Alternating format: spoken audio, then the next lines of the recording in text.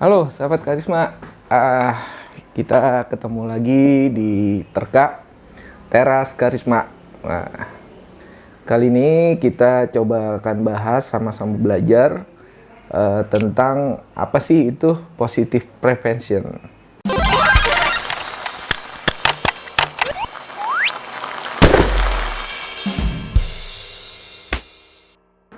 Nah, mungkin teman-teman di sini masih banyak yang bingung ya tentang apa sih positive prevention itu.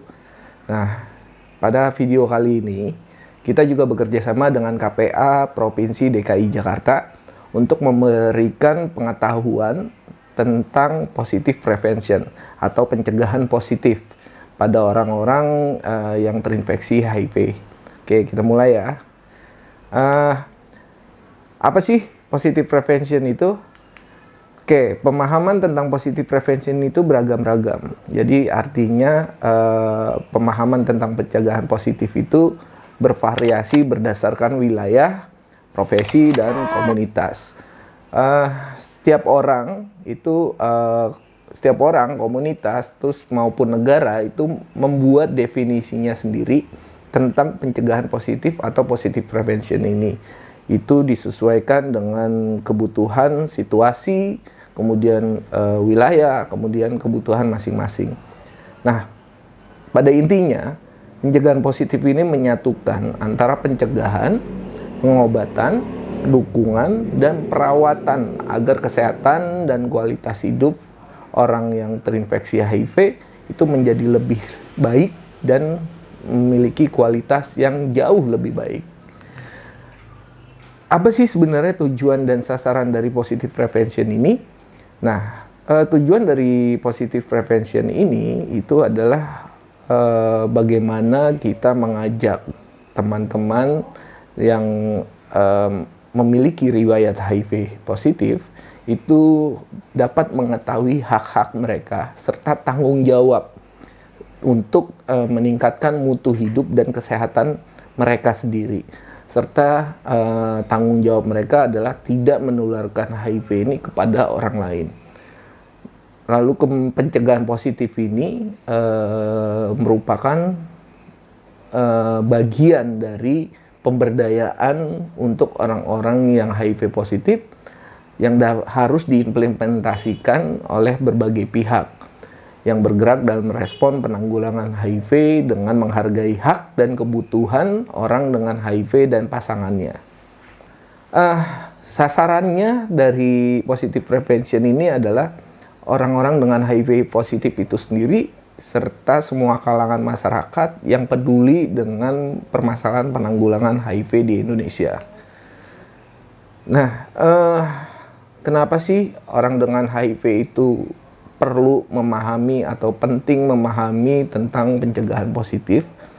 Itu yang pertama adalah ini menjadi sebuah upaya kita untuk mendukung orang-orang yang terinfeksi HIV itu meningkatkan martabat, kepercayaan diri untuk membuat sebuah keputusan-keputusan atau pilihan-pilihan terbaik yang untuk kesehatan mereka. Lalu juga yang kedua adalah mencegah terjadinya HIV baru. Karena kita tahu bahwa HIV itu hanya menular melalui satu orang yang terinfeksi kepada orang yang belum terinfeksi. Tetapi juga tidak menutup kemungkinan orang terinfeksi HIV juga bisa menularkan kepada orang yang sudah terinfeksi juga. Kenapa bisa begitu? Karena setiap orang yang terinfeksi HIV itu memiliki virus-virus yang berbeda. Nah, apabila orang yang sudah terinfeksi HIV dengan virus A lalu menginfeksi orang yang sudah terinfeksi HIV dengan virus B, otomatis virus yang ada ini akan bermutasi seperti itu. Jadi itu ya dasarnya. Jadi kita perlu tahu kenapa sih pentingnya orang yang HIV positif itu perlu tahu tentang positive prevention ini. Kemudian juga positive prevention ini adalah sebagai upaya untuk meningkatkan kesehatan serta mengurangi angka pesakitan serta perawatan di rumah sakit. Kemudian juga mencegah penularan HIV yang resisten terhadap pengobatan HIV itu sendiri. Jadi pengobatan HIV itu saat ini yang ada di Indonesia adalah pengobatan menggunakan antiretroviral atau biasa kita sebut dengan ARV. Nah, penularan di kalangan orang-orang yang terinfeksi HIV atau pemakai ARV itu mempunyai kemungkinan membawa penularan HIV yang resisten. Jadi tidak menutup kemungkinan orang yang sudah minum obat dan sudah terinfeksi HIV, kemudian juga berhubungan seks dengan orang yang sudah HIV juga dan sudah minum obat juga, itu bisa membuat resisten terhadap obat yang sedang dia jalanin. Jadi itulah pentingnya juga pencegahan. Tidak hanya dengan hubungan seks ya, tetapi juga penggunaan nafsa secara disuntikan. Nah, penggunaan nafsa secara disuntikan, penularan HIV ini terjadi dengan cara bergantian jarum suntik. Dasar dari pencegahan positif ini itu kita punya yang namanya 3 pilar. Artinya 3 pilar ini ada tiang-tiang, di mana 3 pilar ini merupakan sebuah penyangga akhirnya terbentuklah konsep sebuah positive prevention. Pilar yang pertama adalah bagaimana meningkatkan kualitas hidup orang yang terinfeksi HIV. Lalu pilar kedua adalah menjaga diri agar tidak menularkan HIV kepada orang lain, atau juga pilar ketiga adalah menjaga diri tidak tertular HIV kembali dari orang lain maupun infeksi-infeksi lainnya. Jadi ada 3 pilar ya. Kemudian juga di dalam pencegahan positif, kita juga mengenal yang namanya kepatuhan. Artinya kepatuhan minum obat. Jadi kalau kita ngomongin kepatuhan itu berbagai macam alasan ya. Jadi teman-teman tahu kan kalau misalkan kita minum obat, apalagi kalau ARV itu harus diminum seumur hidup dan diminumnya juga setiap hari. Nah, inilah pentingnya kenapa kita perlu patuh untuk minum obat. Karena apa? Kalau misalkan kita bolong-bolong arti kata hari ini minum, besok enggak, besoknya lagi minum, nah itu bolong-bolong atau mungkin terlambat, mungkin waktunya harus minum obat jam 9 dan jam 9 pagi dan jam 9 malam, lalu kita telat, harusnya jam 9 kita minum jam 12 malam atau jam 12 siang, itu akan membuat resisten terhadap obat yang sedang dia minum. Jadi itulah pentingnya kenapa kepatuhan bagi teman-teman yang melakukan pengobatan ARV. Nah, kemudian juga kita juga tahu tentang yang namanya membuka status. Nah, membuka status, kenapa sih penting juga membuka status HIV itu kepada orang lain? Karena yang pertama kita melihat bahwa pentingnya membuka status ini adalah untuk mengurangi rasa terisolir. Artinya teman-teman merasa down dengan status HIV, kemudian juga tidak mau ketemu sama orang lain karena malu atau karena apa ya, karena merasa diri kita kotor apa segala macam. Itu kita coba untuk menyingkirkan itu semua. Lalu juga bagaimana kita bisa pentingnya dari buka status ini untuk meningkatkan kepercayaan diri atau penerimaan diri, bahwa ya kita harus menerima bahwa kenyataannya saat ini adalah status kita adalah HIV positif. Lalu juga sebagai perencanaan, nah setiap orang yang HIV positif itu punya masa depan. Walaupun dia HIV positif dan melakukan pengobatan HIV, dia masih bisa merencanakan untuk masa depannya. Salah satunya mungkin ingin punya pasangan, ingin punya keluarga, ingin punya anak, seperti itu. Itu adalah rencana masa depan yang bisa diatur apabila teman-teman itu sudah menjalani pengobatan HIV. Nah, tapi teman-teman juga perlu diingat bahwa membuka status ini itu adalah hak orang yang terinfeksi HIV dan harus dihargai. Dan walaupun seseorang dengan HIV memutuskan untuk tidak membuka statusnya, sangatlah penting dia hidup dengan cara yang bisa dilindungi atau melindungi kesehatan dan pasangannya sendiri itu. Lalu juga kalau kita ngomongin juga siapa saja sih kira-kira orang-orang yang perlu kita kasih tahu tentang HIV ini atau tentang status HIV ini? Kalau kita gambarkan itu, kalau teman-teman pernah tahu permainan panahan, olahraga panahan, itu setiap olahraga panahan itu pasti ada target.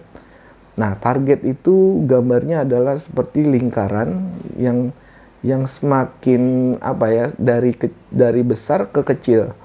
Nah, target itu kita gambarkan di sini adalah lingkaran orang-orang yang perlu untuk kita buka status HIV-nya.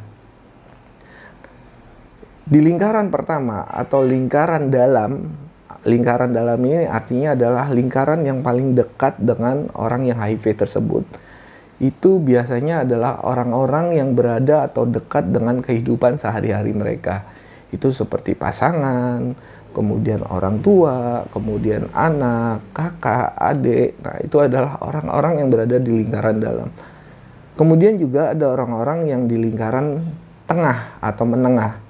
Nah, orang-orang di lingkaran tengah atau menengah ini sesuai dengan keputusan teman-teman. Apakah perlu dikasih tahu atau tidak? Karena ini keputusan ada di tangan teman-teman. Nah, untuk di lingkaran orang-orang yang di tengah lingkaran menengah ini, itu biasanya orang-orang yang tidak terlalu dekat dengan teman-teman.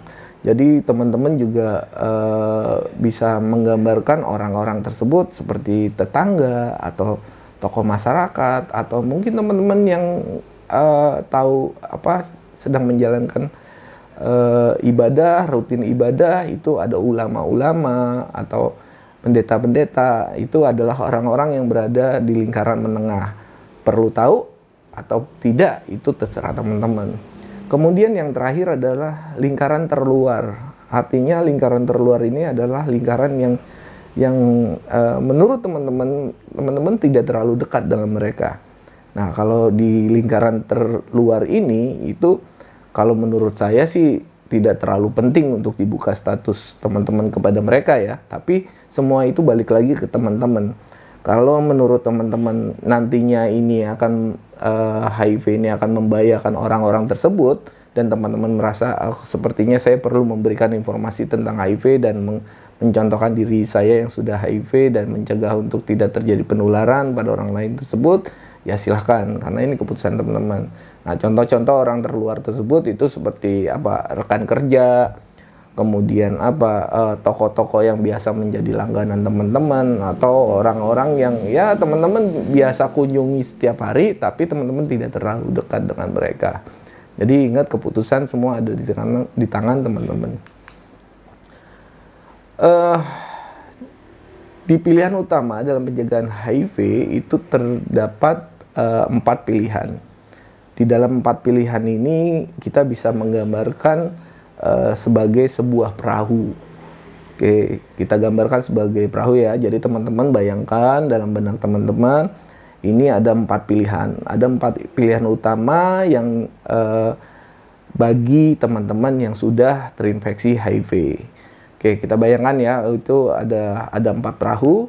Di perahu pertama itu kalau saya menyebutnya adalah perahu jomblo. Nah, kenapa saya sebut perahu jomblo? Karena di sini pilihannya adalah agar tidak menginfeksikan orang lain, teman-teman lebih memilih tidak mau mempunyai pasangan, gitu. Jadi cukup saya aja deh, daripada saya menularkan orang lain, ya udah saya hidup sendiri aja. Yaitu pilihan teman-teman, karena ini ada di perahu pertama.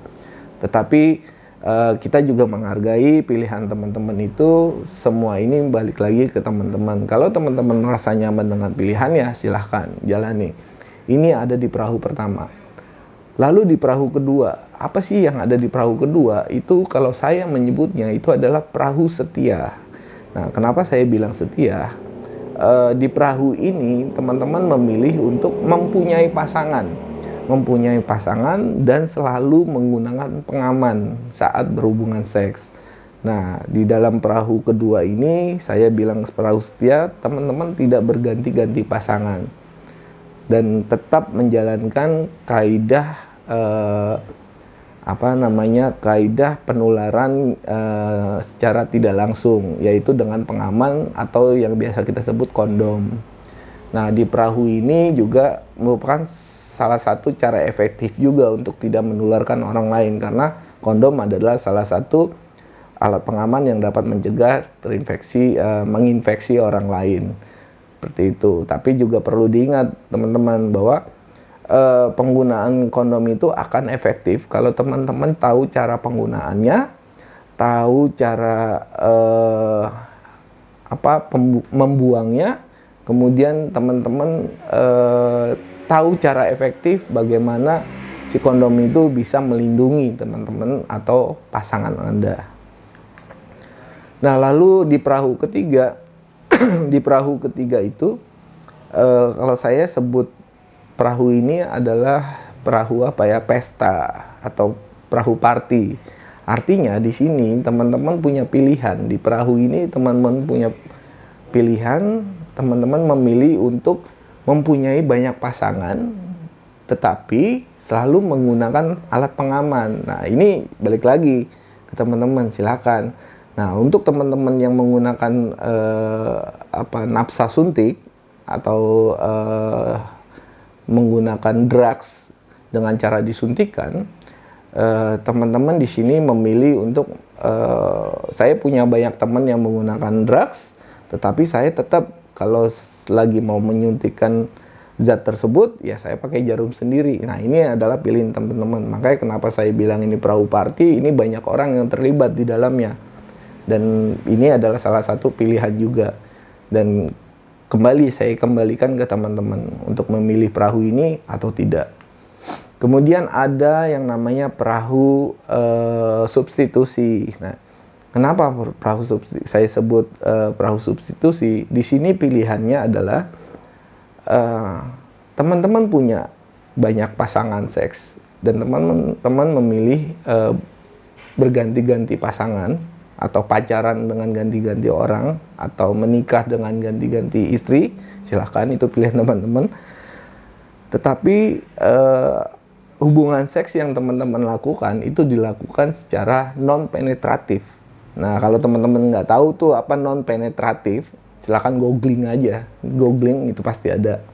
Apa sih hubungan seks secara non-penetratif? Ini juga merupakan salah satu cara efektif untuk mencegah terjadinya penularan HIV. Atau bagi teman-teman yang menggunakan nafsa suntik, teman-teman bisa memilih dengan substitusi lain atau biasa kita sebut dengan metadon atau pengobatan untuk penggunaan nafsa suntik dengan Subuxone. Nah, jadi bisa dialihkan yang tadi menggunakan heroin secara disuntik, sekarang dialihkan menjadi heroin secara diminum, dan ini lebih legal. Artinya pemerintah mensupport ini agar teman-teman tidak lagi menyuntikan dan mencegah penularan HIV, dan teman-teman menggunakan metadon ini. Tetapi tidak seterusnya, teman-teman juga tetap bisa mengatasi ini semua, dan teman-teman juga bisa berhenti dari metadon ini, karena ini adalah sebuah program pengobatan substitusi agar untuk kedepannya teman-teman bisa menjadi lebih baik lagi gitu. Nah, kita juga perlu ingat, ini ada 4 perahu. Nah, masing-masing perahu ini juga memiliki kelebihan serta kekurangan. Jadi untuk memilih salah satu dari perahu ini, kita perlu untuk pertimbangan serta usaha yang lebih. Jadi misalnya teman-teman pilih, enaknya daripada saya nyakitin orang, saya pilih di perahu pertama deh. Tapi seiring berjalannya waktu, teman-teman bosan juga, nggak punya teman juga, kemudian nggak punya cewek juga atau cowok juga gitu. Akhirnya teman-teman pindah yang rame gitu loh. Rame artinya pindah ke perahu ketiga. Nah, teman-teman milih perahu ketiga. Kemudian bosan lagi, pindah mau ke perahu 4. Silahkan, itu pilihan teman-teman. Tapi ingat, kalau teman-teman memilih untuk pindah atau memiliki pilihan yang lain, merubah pilihan teman-teman sudah mempunyai dasarnya. Artinya apa? Teman-teman sudah punya dasar bagaimana cara mencegah agar orang lain tidak terinfeksi atau teman-teman tidak terinfeksi dari orang lain. Jadi pilihannya itu ada pilihan perahu pertama, 2, 3, 4. dan teman-teman mau pindah kemana pun silahkan. Tetapi dasarnya teman-teman harus tahu bagaimana supaya mencegah tidak terjadi infeksi baru kepada teman-teman atau kepada orang lain. Dan teman-teman juga perlu ingat, apapun keputusan teman-teman buat, itu menjadi keputusan pribadi teman-teman dan disesuaikan dengan kenyataan hidup yang teman-teman jalani saat ini. Nah, bagi orang-orang yang terinfeksi HIV, itu yang sebelumnya saya tadi sebutkan terkait dengan kepatuhan minum obat, itu sangatlah penting. Kenapa kepatuhan minum obat ini penting? Untuk menjaga kualitas kesehatan dari orang HIV tersebut. Nah, ada banyak macam tantangan dari kepatuhan minum obat ini. Jadi, tantangan tersebut itu sangat bervariasi. Itu tergantung dari orang ke orang, waktu ke waktu, tempat ke tempat gitu. Itu setiap orang akan berbeda merasakannya terkait dengan kepatuhan ini. Jadi kalau bisa saya contohkan, misalkan teman-teman saat ini merasa pusing kepala, kemudian demam, akhirnya teman-teman memilih, oh ya udah saya minum obat. Besoknya teman-teman sudah tidak merasakan pusing kepala atau demam karena obat itu bekerja. Dan akhirnya teman-teman memutuskan, oh ya udah saya udah sembuh dan saya tidak minum obat hari ini.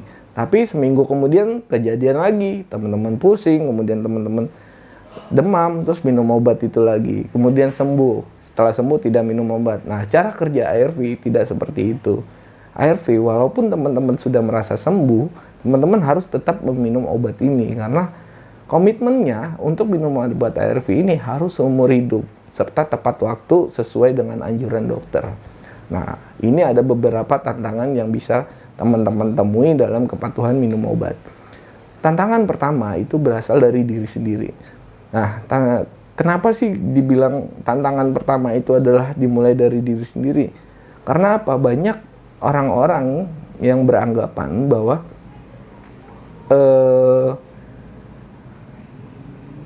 HIV ini itu adalah mitosnya ya. Mitosnya HIV ini adalah penyakit kotor. Tetapi kalau kita lihat penularan HIV ini tidak hanya terjadi kepada remaja, dewasa, ataupun orang tua. Tetapi HIV ini juga terjadi pada bayi yang baru lahir. Nah, apakah teman-teman sepakat bahwa ini adalah penyakit kotor? Sedangkan bayi yang murni tidak tahu apa-apa, mereka juga bisa terinfeksi dari orang tuanya. Nah, jadi pengetahuan HIV tentang HIV inilah yang menjadi tantangan bagi teman-teman untuk melakukan kepatuhan minum obat. Belum lagi ada orang-orang yang memiliki keyakinan keliru tentang masalah HIV. Lalu juga ada orang-orang yang tidak percaya tentang saya minum obat ini belum tentu nih obat bekerja buat diri saya, ngapain orang saya juga sehat, ngapain saya minum obat. Ada yang seperti itu gitu, atau yang seperti saya contohkan di awal, karena dia sudah merasa sembuh ya akhirnya ya sudah ngapain minum obat lagi gitu loh, capek-capekin atau bosen seperti itu adalah tantangan dari diri sendiri. Nah, kemudian itu ada tantangan yang berasal dari layanan kesehatan. Nah, tantangan layanan kesehatan ini biasanya berkaitan dengan stigma. Artinya mungkin ada beberapa petugas layanan kesehatan yang belum memahami tentang HIV dan masih terkungkung dengan mitos-mitos tentang HIV. Jadi mereka kalau melihat orang yang ingin berobat untuk HIV, jadi menstigma mereka bahwa ini cowok nggak benar atau cewek nggak benar seperti itu. Itu adalah tantangan seperti itu. Atau juga tantangan yang mungkin layanan kesehatan itu jauh dari tempat domisili Anda tinggal. Misalkan saya orang HIV positif, misalkan kemudian saya tinggal di Bandung, ternyata pengobatannya hanya di Jakarta dan butuh waktu 3 jam untuk melakukan akses pengobatan tersebut, dan itu akan bikin bosen sekali dan capek gitu. Dan akhirnya teman-teman memilih ya udahlah, nggak usah lah untuk bulan ini saya nggak usah ngambil obat, capek, nggak ada uang atau nggak ada transport untuk ke sana. Nah, seperti itu akhirnya menjadi sebuah tantangan tersendiri untuk teman-teman.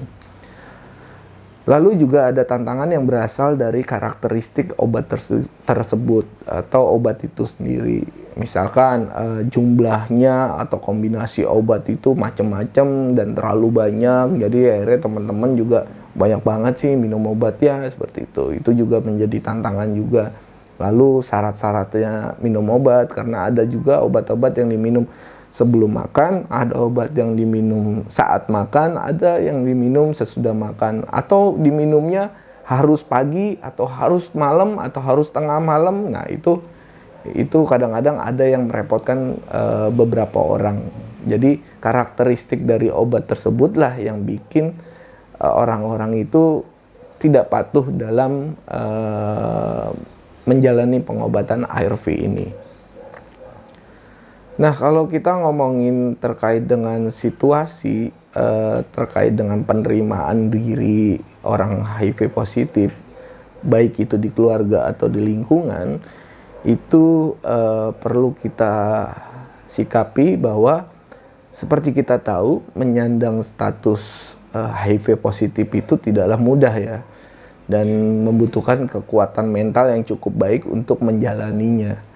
Tapi kita tahu juga bahwa tidak sedikit pula keluarga-keluarga yang menerima apa adanya. Artinya bagaimanapun juga orang tersebut yang terinfeksi HIV merupakan bagian atau anggota keluarga mereka. Itu tidak sedikit pula, banyak sekali keluarga yang menerima dengan apa adanya. Intinya adalah informasi tentang pengetahuan permasalahan HIV ini. Karena HIV itu tidaklah sangat mudah terinfeksi atau terpapar. Perlu ada hal-hal khusus yang dilakukan agar orang yang terinfeksi HIV bisa menginfeksi orang lain. Kalau di kita, di ilmu konseling, itu kita sebut ada ada 4 teknik yang bisa menularkan HIV. Itu ada yang namanya enter, kemudian sufficient, surveillance, sama exit. Jadi berapa banyak virus itu keluar yang masuk ke dalam orang lain, atau seberapa kuat virus itu bertahan hidup untuk menginfeksi orang lain, atau berapa banyak orangnya, terus keluarnya lewat mana, exitnya, lalu juga exitnya itu seberapa kuat dia. Nah, seperti itu. Jadi sebenarnya virus HIV itu tidak gampang dengan semudah itu menularkan orang lain. Tantangan kedua itu adalah tentang stigma dan diskriminasi. Nah, stigma diskriminasi ini juga penting. Karena apa? Kita tahu stigma dan diskriminasi masyarakat terhadap HIV itu masih sangat tinggi. Oke. Itu beberapa situasi-situasi saat ODIF itu bergaul atau di lingkungan atau di keluarga. Itu adalah beberapa situasi-situasinya. Kemudian juga kita juga perlu melihat tantangan-tantangan tentang positive prevention ini untuk membantu mengakhiri AIDS di tahun 2030, karena kita tahu program pemerintah itu adalah ending AIDS di tahun 2030. Nah, seperti kita tahu juga bahwa fenomena gunung es itu bukanlah mitos atau sekedar angka, tetapi inilah fakta nyata bahwa masih banyak masyarakat yang belum mau atau takut untuk mengetahui status HIV-nya mereka. Padahal pemerintah kita sudah memberikan akses secara gratis tentang tesnya, tes HIV-nya, kemudian juga tentang pengobatannya, itu full gratis dan dibantu oleh pemerintah. Jadi teman-teman juga tidak perlu takut lagi kalau nantinya teman-teman tahu bahwa status HIV itu akan menjadi akhir dari segalanya. Tidak. Karena apa? Kita tahu juga bahwa pemerintah telah memberikan akses gratis segala macam, tetapi masih sedikit sekali orang yang mau mengikuti tes tersebut atau pengobatan tersebut.